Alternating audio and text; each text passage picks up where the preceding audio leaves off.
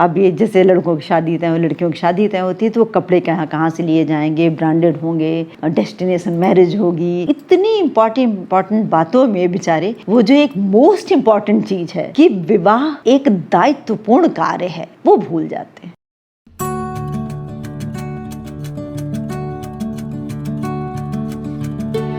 नमस्कार, मैं डॉक्टर सुधा Mishra, counsellor family code. मैं निरंतर पिछले 12 वर्षों से फैमिली काउंसलिंग करती आ रही हूँ।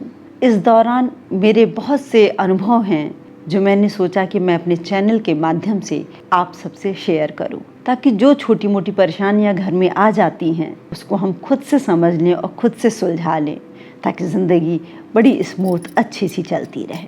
चूँकि हम लोग फैमिली काउंसलिंग करते हैं तो हमारे सामने ये भी प्रश्न उठता है कि मैरिज काउंसलिंग की आवश्यकता क्या है, मैरिज काउंसलिंग जरूरी क्यों है, या जरूरी है क्या? हाँ, मैरिज काउंसलिंग जरूरी है। क्यों जरूरी है? जो आज वर्तमान में जो हमारी ज़िंदगी है बड़ी भाग दौड़ की हो गई है। आप देखिए, कोई भी बच्चा, चाहे वो लड़का हो या लड़की हो, सभी बच्चे जो हैं वो करियर ओरिएंटेड हो गए हैं।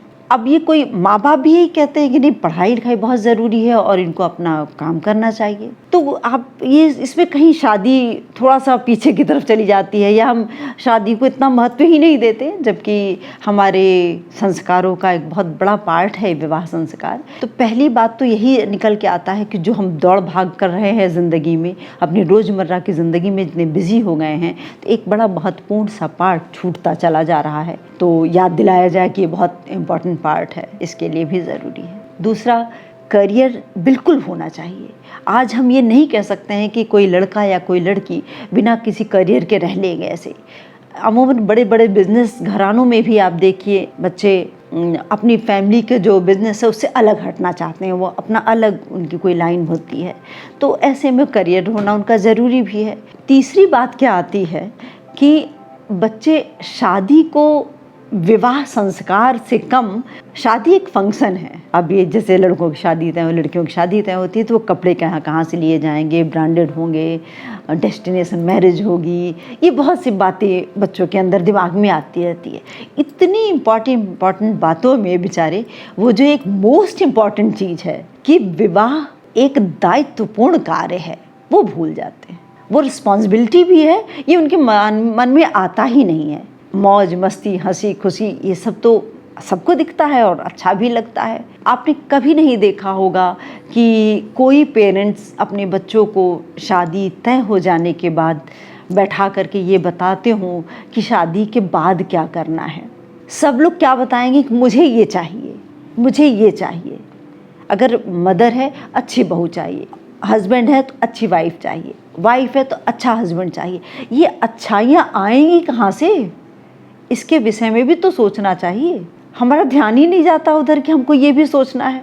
हम इन्हीं अच्छाइयों के बीच में हमारी एक डेट फिक्स होती है, उसी के आगे पीछे हमारा ये सारा समय निकल के चला जाता है। हमारे पास बच्चे इस तरह से भी आते हैं कि मैम हनीमून तक तो सब बहुत अच्छा था, घर आते ही सब बिगड़ गया। तो मतलब ऐसा क्या था कि लाइफ में क्या सिर्फ उतने ही तक प्लान किया था आपने? ऐसे तो होता नहीं है। शादी की बात होते होते बच्चों के अंदर हमने ये देखा है कि अमूमन लड़के लड़कियां दोनों ही ये बात कहते हैं, मैं अभी इस बंधन में बंधना नहीं चाहता। आपने शादी जैसे पवित्र बंधन को कैसे बताया, इमोशंस आपने उसमें क्या दिया? एक बड़ा बोझ वाला इमोशन दिया कि मैं अभी बंधन में बंधना नहीं चाहता। अब जब आपने इसको बंधन से पहले ही अपनी तरह से इसके इमोशंस इसको आपने इतने ख़राब से भेज दिए इसके पास, इससे उम्मीद आप फिर कैसे कहते हैं कि सब कुछ बहुत अच्छा रहेगा? इन सब बातों से भी एक बहुत बड़ी बात आई कि हम मॉडर्न तो बहुत हो गए हैं। हमने ये मान लिया कि हर लड़की को पढ़ना चाहिए, हर लड़के को पढ़ना चाहिए और हर लड़कियों को अपने पैर पे खड़ा होना चाहिए, ये तो ज़रूरी है, और सारी चीज़ें हमने मान लिया। लेकिन जो हमने उम्मीदें रखी, जो अपेक्षाएं रखी अपनी, तो ये सारी चीज़ें हमारी क्या रहीं कि वो पुरानी रहीं। आज अगर भी सास से पूछिए तो कहेगी हाँ बहू आएगी मेरी सेवा करेगी, पति को लगेगा कि पत्नी आएगी तो उसको तो ये करना ही चाहिए। आप ये भी समझ रहे हैं कि पत्नी हमारी मॉडर्न है, बहुत पढ़ी लिखी है, बहुत उसको जॉब भी करना चाहिए, सारी चीज़ आप चाह रहे हैं और चाह रहे हैं कि वो एक ट्रेडिशनल बहू की तरह घर में भी रहे, उसी तरह से काम करे। तो ये सारी चीज़ों की वजह से जो एक हमारा अपेक्षित व्यवहार होता है और एक जो वास्तविक व्यवहार होता है, इसमें बहुत गैप आ जाता है। इस गैप को पूरा करने के लिए भी ज़रूरत होती है हमारी मैरिज काउंसलिंग की।